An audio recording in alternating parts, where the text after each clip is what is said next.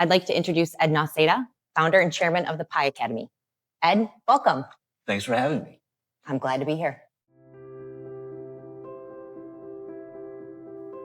So Ed, tell me, what inspired you to start the original initiative that led to the Pi Academy? Right. 10 years ago, tech was in a shortage of software engineers. And I was looking at our software development team, and we were primarily white males. So there was definitely an opportunity there of an untapped market, right? Coincidentally, at the same time, our software engineers were fascinated with the Raspberry Pi computer. And so I looked at the Raspberry Pi computer. It cost $35. It's very accessible, affordable, and portable. And the light bulb started going off with the problem we were facing and utilizing the Raspberry Pi computer. So we started the Raspberry Pi camp at Bravo LT. Did you always see Bravo LT's work as having a role playing in social impact? Absolutely. Our mission at Bravo LT is to empower not only our employees and our clients, but the community. So the more success that Bravo LT had with our clients, I felt that we had a social obligation to give back to the community at the end of the day. So that our mission at Bravo LT ties nicely into the mission of the Pi Academy. Great. Why was now the right time to officially launch the Pi Academy as a nonprofit? Families were continuing to come back to us and want more. They wanted more classes. They wanted advanced classes. Our clients were coming back to us without even soliciting and asking if they could give money to the Raspberry Pi Youth Coding Camp. It's a good problem to have. It is a good problem. And then volunteers, right? Our employees were starving to volunteer so they could use not only their talents, but their time and energy to put into that Raspberry Pi Youth Coding Camp. And so we wanted to get organized around it, right? And so we wanted some governance.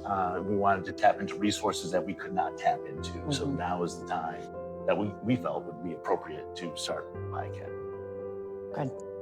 So from your experience leading the camp, what makes this program stand out from other tech education opportunities for young students? Yeah, that's a great question. I think one is ownership, and the second is accessibility. So what I mean by ownership is that kids get to go home with a Raspberry Pi computer at the end of the camp, right? So after 5 hours of delivering a camp to a student, they're not going to know how to code, right, at the end of the day. But if you give them a computer to go home with, the rest of their childhood career, they can, go onto this Raspberry Pi computer and learn different things. Can you share a story of a student or a family whose life's really been changed because of the program?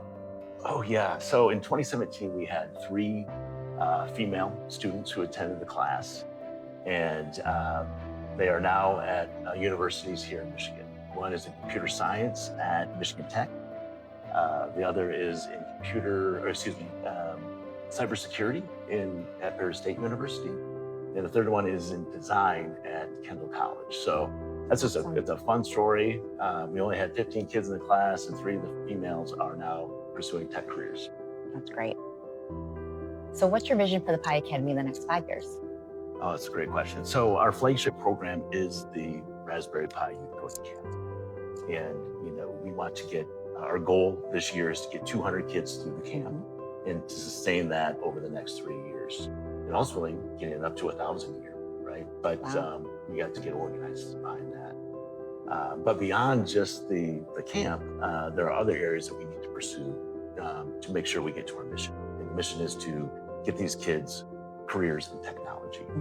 So one program we're starting is an international virtual exchange program with our offices at Bravo LT around the world, partnering, having students in those locations, partnering with students here in West Michigan to solve the problem, right? So think of a student here going to Lowell schools or Grand Rapids public schools, working with a kid in Monterrey, Mexico, or Warsaw, Poland, or the Philippines, logging in and going into Minecraft, right? Go into Minecraft and use Python to program that and come up with a project for those two to solve. Because ultimately, at the end of the day, you can't do things in isolation. You have to, bring them together with from different cultures. We believe in the edge effect, where you bring two cultures together, Mhm. and you have more productivity and more creativity, and you're more successful at the end of the day. Yeah, that's great. Great life skills. Yeah.